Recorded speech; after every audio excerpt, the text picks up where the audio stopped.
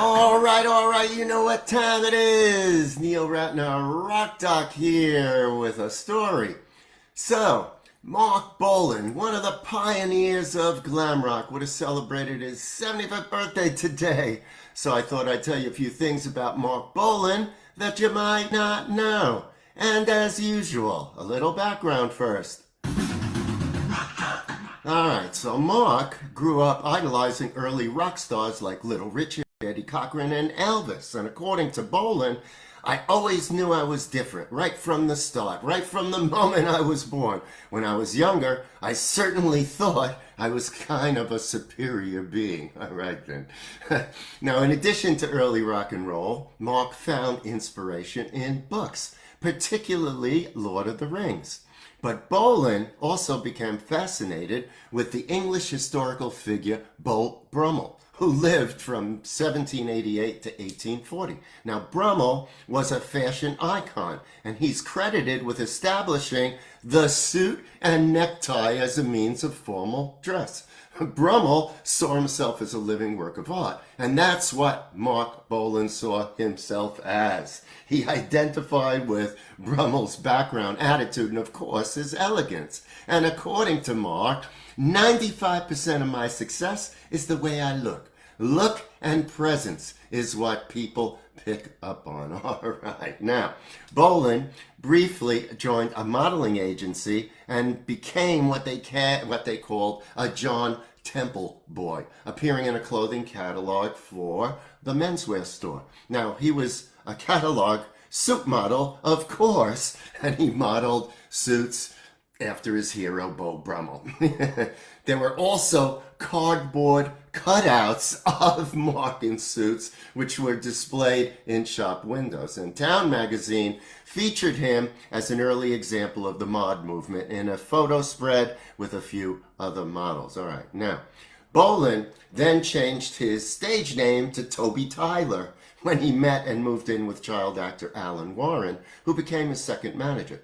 Now, at this point in Marc's life, he was dressing boho chic, meaning he was wearing like a corduroy peaked cap, and he wanted to look similar to his hero of the time, which of course was Bob Dylan. Now, after a series of failed bands, Marc decided to form his own band, Tyrannosaurus Rex. And according to his manager, Simon Napier Bell, he got a gig at the Electric Garden, then put an ad in Melody Maker to get the musicians. The paper came out on Wednesday, the day of the gig. At 3 o'clock, he was interviewing musicians. At 5, he was getting ready to go on stage. It was a disaster. And although that first gig bombed, Marc persisted, and obviously he finally got it right.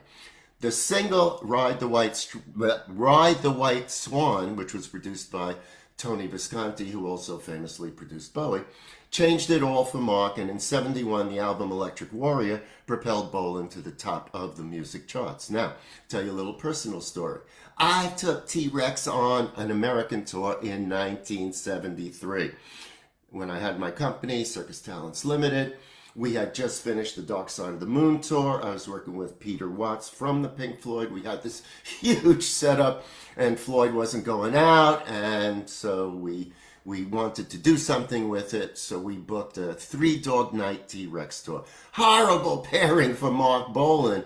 With 3 Dog Night as the headliner, you know, the people who came to see 3 Dog Night did not appreciate Marc Bolan. And as much as Marc tried to woo the crowd, most nights people paid very little attention, wanting 3 Dog Night to come on stage. You know, I felt kind of bad for Bolan. You know, he was an incredible showman, and his show was really entertaining, and he was huge in the UK and in Europe, but in America, you know, we never kind of got him. All right, a little piece of rock and roll history. T-Rex was the first headliner for the Glastonbury Festival in 70. The Kinks was supposed to headline but pulled out, and the promoters chose Bolan's group to fill in. Now, Marc always felt he would die young, which was one of the reasons he never learned to drive. And unfortunately, his premonitions were to come true. Marc Bolan died September of 1977 at the age of 29, and he was a passenger in his girlfriend Gloria Jones' Mini. And what happened was Gloria lost control of the car, hit a fence. She was only injured in a very minor way, but Marc was instantly killed. 29 years old, big loss. According to his manager Simon Napier-Bell, Chet Baker was a hero of his and James Dean.